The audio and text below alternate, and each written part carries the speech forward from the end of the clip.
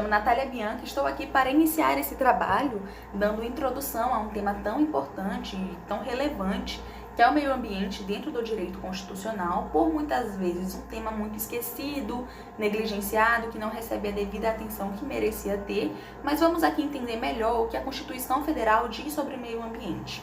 Na Constituição de 88, lá no artigo 225, diz que todos nós temos o direito de viver em um mundo ecologicamente estável, ecologicamente saudável.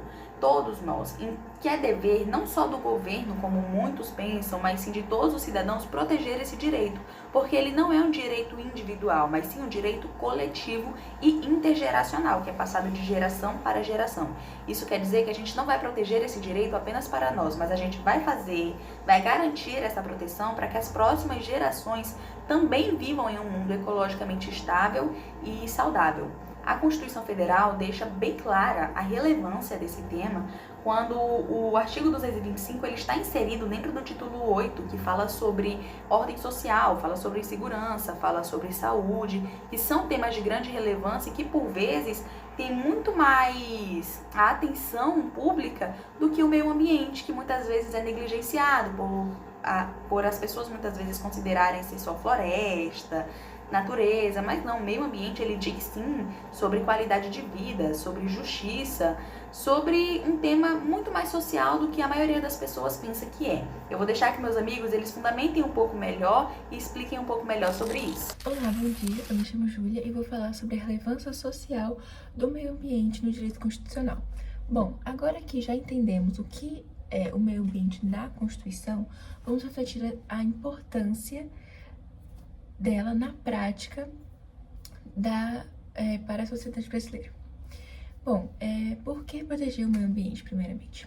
A proteção ambiental não é apenas uma pauta ecológica, é uma questão de sobrevivência coletiva. A Constituição reconhece o meio ambiente como essencial à qualidade de vida, o que inclui saúde, segurança alimentar, acesso à água limpa e ar puro, por exemplo. Quando o meio ambiente é degradado, os mais atingidos são os grupos vulneráveis, como as populações ribeirinhas, as comunidades indígenas, os moradores das periferias urbanas também. Bom, e qual é o papel da cidadania ambiental dentro do Estado?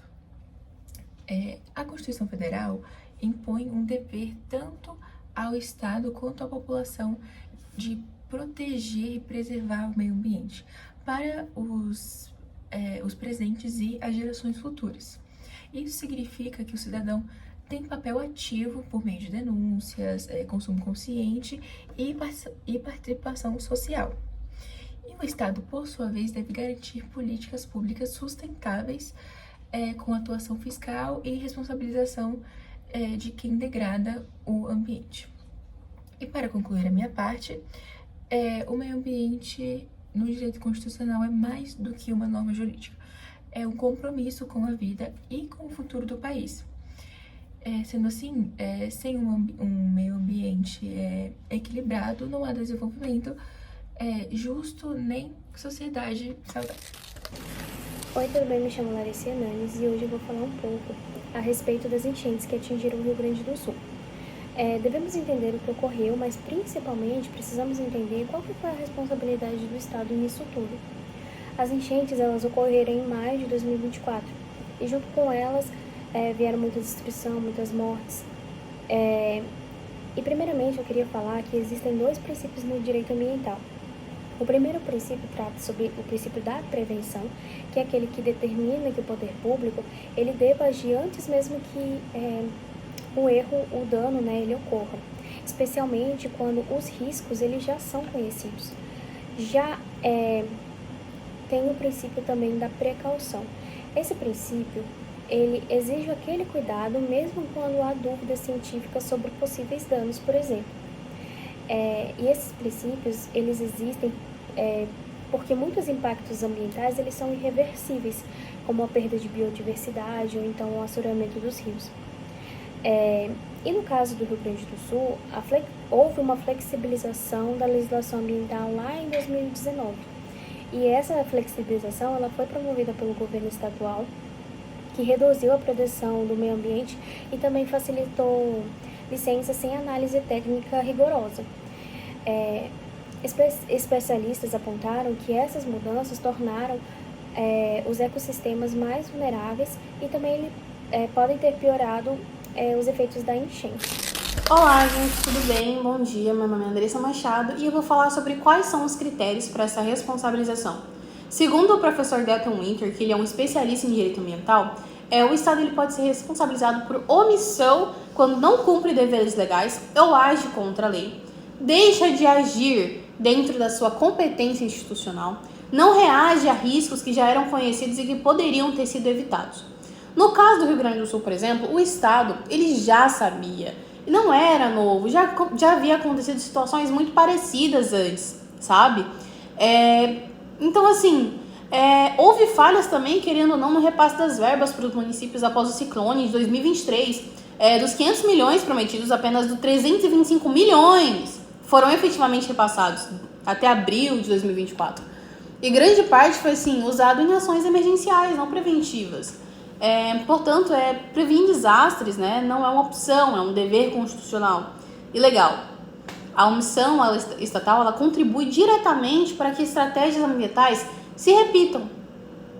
E, por isso, o Estado ele pode e deve ser responsabilizado. Então, assim, realmente, no caso do Rio Grande do Sul, eles sabiam que isso ia acontecer, eles tinham, não uma plena noção, mas já tinha acontecido antes, sabe? Dava para ter sido evitado, mas não foi devidamente feito, né? Não fizeram, infelizmente. E agora eu vou passar minha palavra, eu espero que vocês tenham entendido e que tenham um bom dia. Bom, meu nome é Thiago e vou falar como o Estado pode ser responsabilizado por omissão. No Brasil, o Estado ele tem o dever constitucional de proteger o meio ambiente. Isso significa que ele não pode simplesmente escolher se quer ou não agir. Ele é obrigado a prevenir, fiscalizar e reagir com eficiência. Quando o Estado ele não age, ou ele age mal, mesmo tendo conhecimento do risco e a capacidade de evitar o dano, ele pode ser responsabilizado por omissão. Isso significa que essa responsabilidade é chamada de responsabilidade civil objetiva, que significa não se importar se houver intenção ou culpa, basta a omissão e o dano. O artigo 37, parágrafo 6 da Constituição Federal deixa bem claro que os entes públicos devem se responder por danos causados a terceiros por ação ou omissão por seus agentes. Assim, se o governo falha em sua obrigação legal de prevenir desastres ambientais, ele pode ser responsabilizado civilmente, inclusive para pagar indenizações. Então, a gente pode falar que no caso das enchentes, o Estado ele agiu de forma reativa, no caso só depois do desastre. Faltaram ações preventivas mais efetivas, apesar dos sinais de alerta e dos ciclones e enchentes anteriores que haviam já comentado em 2019. Bom, eu finalizo aqui meu vídeo e muito obrigado pela atenção. Bom, eu me chamo Ana Caroline e vou falar sobre propostas e reflexões, no direito ambiental. Bom, temos alguns tópicos a ser tratados, sendo eles a educação ambiental desde a infância, o reforço à fiscalização, a punição efetiva para crimes ambientais e, por fim, a sustentabilidade como eixo de políticas públicas. No artigo 225 da Constituição de 88, diz que proteger o meio ambiente é proteger, o futuro. Assim, nós podemos dizer que, ao analisarmos, os problemas e desafios ambientais no Brasil, é importante pensar em soluções práticas, que já estão previstas na Constituição ou que precisam ser, reforçadas. Em primeiro lugar, a primeira proposta diz que investir na educação ambiental desde a infância é uma ideia de formar os cidadãos a serem mais conscientes, que eles entendam a importância da preservação ambiental e cobrem atitudes responsáveis, do poder público e da iniciativa privada. Em segundo lugar, é necessário, o fortalecimento da fiscalização ambiental por órgãos como o IBAMA e o ICMBio, que são essenciais no processo, mas enfrentam cortes, de verbas e de pessoal também. Sem fiscalização, as leis ambientais acabam se tornando, ineficazes. Também precisamos garantir a responsabilização de quem comete crimes. A Constituição ela prevê a punição nas esferas civil, administrativa e penal, que isso significa que é possível multar, né, exigir reparação até prender o responsável por desastres e danos ao meio ambiente. E por fim, nós temos a sustentabilidade, né, que precisa estar ali no centro, né, das políticas públicas, sendo na agricultura, na indústria, no transporte e na vida urbana. Proteger o meio ambiente não é um obstáculo ao desenvolvimento, ela é a única forma de garantir um futuro viável, né? Como diz no artigo 225 da Constituição, o meio ambiente equilibrado é um direito para todos e também é um dever coletivo, né? Cabe a nós, como cidadãos, participar dessa sua defesa. Bom, para a conclusão, recapitulamos os principais pontos discutidos, analisamos os desafios ambientais atuais, o papel fundamental da educação e da conscientização, a importância das políticas públicas eficazes e da atuação conjunta entre o Estado e a sociedade civil. Olhando para o futuro, fica claro que essa responsabilidade pela proteção do meio ambiente é compartilhada. Cabe ao Estado criar leis, fiscalizar e garantir políticas sustentáveis, mas também é dever de cada cidadão adotar práticas conscientes, cobrar ações dos governantes, agir localmente para transformar globalmente, como expressa a Constituição Federal de 88 em seu artigo 225.